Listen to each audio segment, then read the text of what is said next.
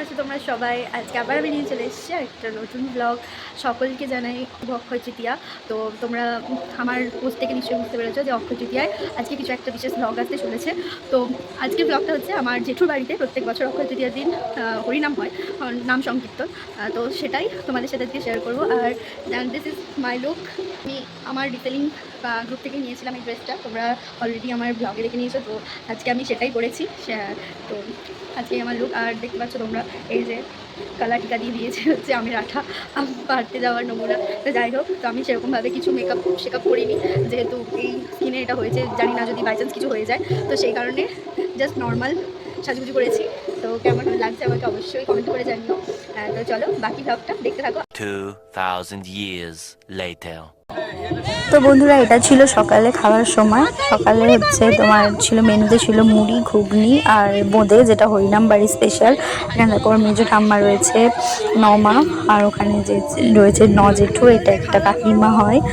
আর এখানে হচ্ছে আমার দাদা রয়েছে।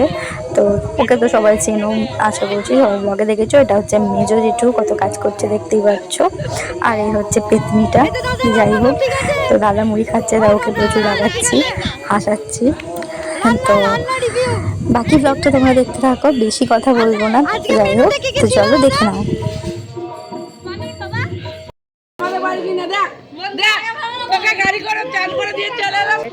এখন যাবো, এখন রেডি সেডি হয়ে গেছি, স্নান করে, যেহেতু সকাল থেকে আমার প্রচণ্ড মাথা যন্ত্রণা করছিল, তাই আমি সেভাবে ব্লগ ক্লিপ নিয়েছি, বাট সেভাবে ব্লগ করতে পারিনি। তো এখন মোটামুটি শরীরটা ঠিক আছে, বুঝতেই পারছো যে আমার চোখের তলায় জাস্ট ডার্ক সার্কেল পড়ে গেছে, কয়েকদিন ধরে একটু খুবই চাপে ছিলাম। তো যাই হোক, তো এখন আমি চলে যাবো হচ্ছে ওই বাড়িতে। তো চলো ওখানে গিয়ে দেখা হবে। তো আমার ব্লগটা কন্টিনিউ দেখতে থাকো।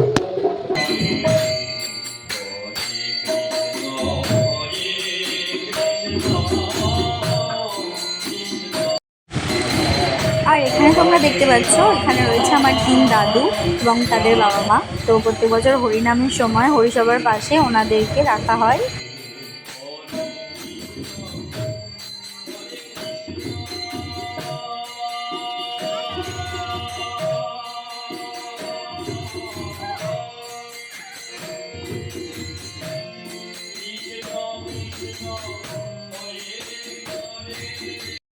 এরপর আবার আমাকে বাড়ি চলে আসতে হয়েছিল, কারণ দেখো চারিদিকটা কেমন মেঘ করে গেছে, ঝড় উঠবো।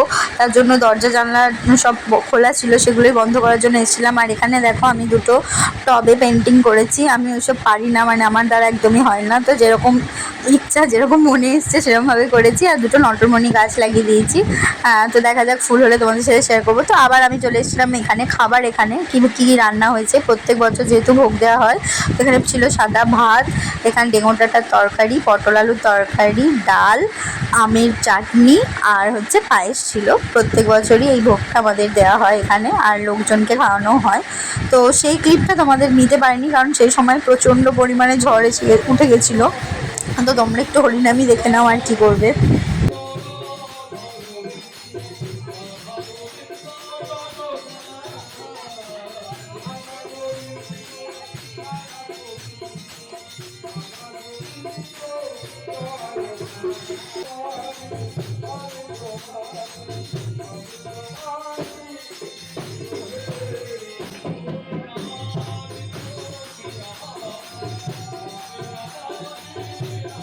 এরকমভাবে হিরোইক হরিনাম তোমরা কখনো দেখেছো কি জানি না। তো যাই হোক, আমাদের ব্রাহ্মণ হচ্ছে ইউনিক।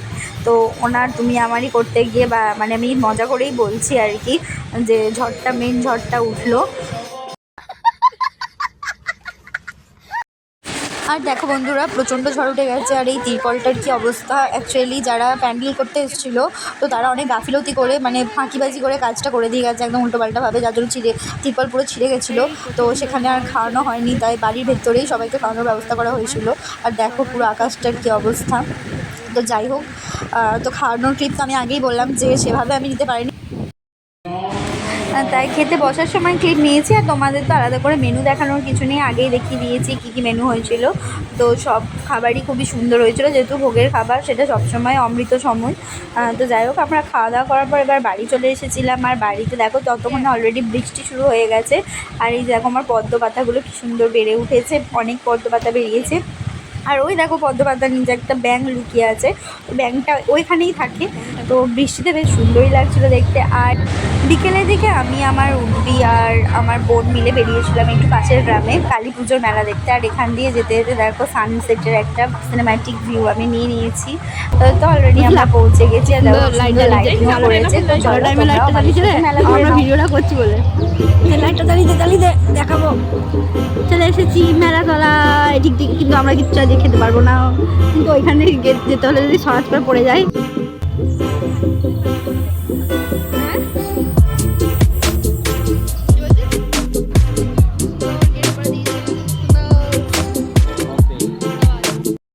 এরপর ঠাকুর দর্শন করে আমরা একটু মেলার ঘুরবো বলে গেছিলাম। আর দেখো এই একটা ইউনিক ব্যাপার দেখলাম, এই জিনিসটা সচরাচর মেলায় দেখা যায় না। তোমাদের ওখানেও কি এরকম মেলায় এই জিনিসটা দেখা যায়? অবশ্যই কমেন্ট করে জানিও।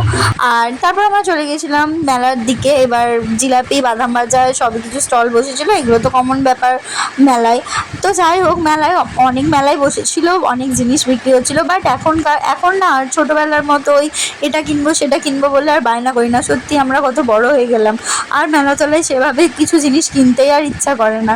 তো যাই হোক, ছোটোবেলাটা হয়তো ফিরে আসে এই মেলাতে, কিন্তু আর কেনার ইচ্ছাটা থাকে না, জানি না কেন। তো এখানে বিভিন্ন ধরনের আংটি, মানে এই স্টলটা আমার খুব পছন্দ হয়েছিল। বিভিন্ন ধরনের অনেক কালেকশন ছিল, আর এগুলো সব বাচ্চাদের খেলনা টেলনা এগুলো ছিল। এই দাদু আমাদের গ্রামে, মানে আমাদের আশেপাশে গ্রামে প্রত্যেক বছরই মেলা বসে। আর এই দেখো ব্যাগের একটা স্টল ছিল, বিভিন্ন ধরনের সুন্দর সুন্দর ব্যাগের স্টল ছিল। তো যাই হোক, আর এখানে ছিল হচ্ছে হরেক মাল 10 টাকা, তুমি যাই নেবে সব কিছুই 10 টাকা। তো আমরা বলছিলাম যে সব কিছুই কিনে নিই। তো খুবই ভালো লাগছিলো এই সফট টয়েস। আর আমার তো সফট টয়েসের প্রতি একটা সফট অ্যাট্রাকশন সবসময় তৈরি হয়েই থাকে। তো এবার বাড়ি এসে শুনলাম যে নামকারির দল বেগুনি খেতে চেয়েছে। তো বেগুনি এই সময় তো বেগুন তো অ্যাভেলেবেল না, তাই কুমড়ো দিয়ে কুমড়ি করা হলো। আমি আর ছোটো মা মিলে সেগুলো করেছি। তো সে ফোন ক্লিপ নিয়েছে, তো সেটা তোমাদেরকে দেখাবো অল্প একটু।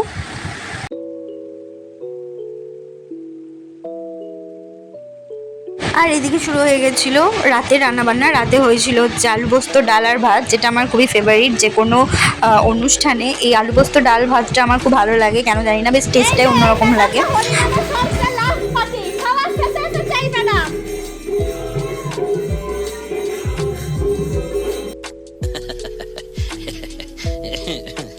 তো এটা ছিল সন্ধ্যাবেলার টিফিন। তো আমরা টিফিন করে নিয়েছিলাম মুড়ি আর আলু পটলের তরকারি ছিল ওবেলার, যেটা বেঁচে গেছিলো, তো সেটা আর বেগনি দিয়ে আমরা টিফিনটা সেরে নিয়েছিলাম।